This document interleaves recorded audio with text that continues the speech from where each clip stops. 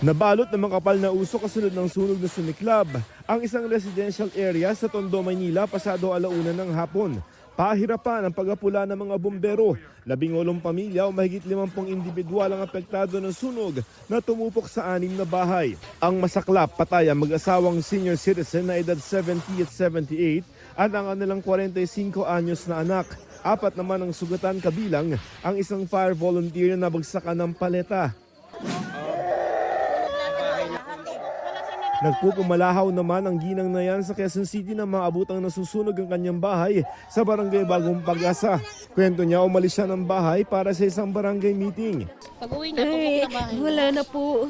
Wala na siya nadating. Sa laki ng apoy, halos walang natira sa mga natupok na bahay na gawa sa light materials. Umabot sa unang alarma ang sunog at tumagal ng halos 1 oras. May pumutok doon namin na ano yun, paglabas namin, nasusunog na pala yung taas ng bahay namin. 2 ang nasugatan sa sunog. Alleged electrical, ang origin natin ay sa second floor ng light materials. Inaalam pa ng BFP ang eksaktong bilang ng mga bahay na natupok pati ang bilang ng mga apektadong residente.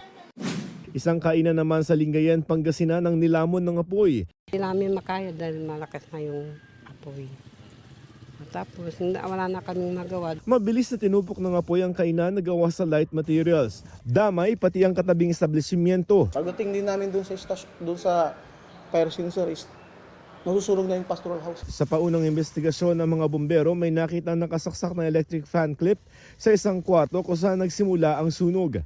Payo ng BFP Pangasinan, maging alerto po tayo parati, do precautionary measures, like pa-check po natin yung ating mga electrical connections sa ating mga kabayan. Iwasan din po natin ang paggamit po ng extension wires.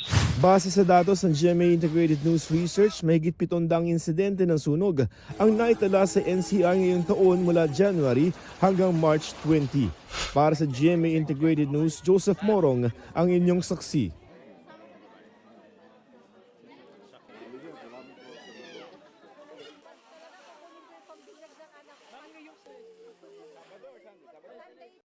Mga kapuso, maging una sa saksi.